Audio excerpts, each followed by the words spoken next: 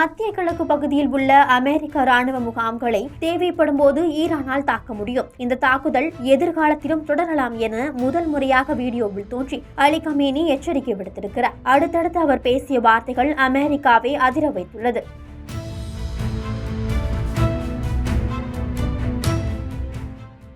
அணு ஆயுத தயாரிப்பில் ஈரான் ஈடுபடுவதாக கூறி கடந்த 13ஆம் தேதி ஈரான் மீது விமானப்படை தாக்குதல் நடத்தியது இஸ்ரேல் ராணுவம். இந்த தாக்குதலில் ஈரானின் அணு ஆயுத தளங்கள் பலத்த சேதமடைந்தது மட்டுமின்றி ஈரான் ராணுவ தளபதிகள் மற்றும் அணு விஞ்ஞானிகள் பலர் கொல்லப்பட்டனர்.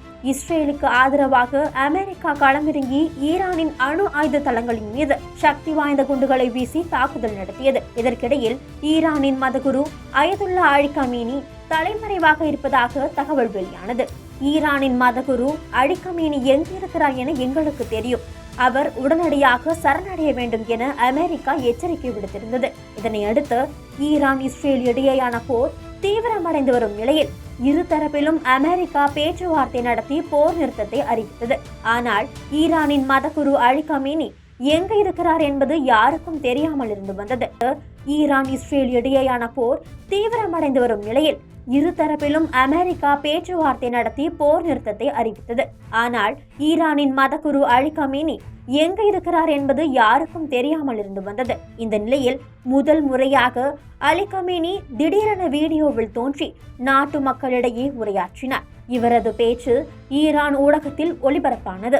அந்த வீடியோவில் பேசிய அலி கமேனி, ஈரான் இஸ்ரேல் இடையேயான போரில் யாரும் தலையிடவில்லை என்றால் இஸ்ரேல் முழுவதும் அழிந்துவிடும் என அமெரிக்கா நினைத்தது.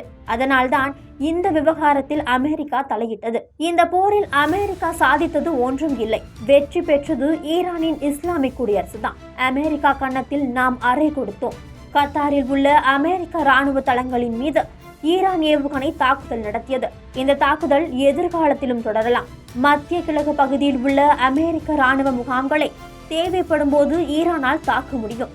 இனிமேல் யாராவது அத்துமீறினால் எதிரி நாடு அதிக விலை கொடுக்க நேரிடும் என பகிரங்கமாக எச்சரிக்கை விடுத்து பேசியிருக்கிறார்.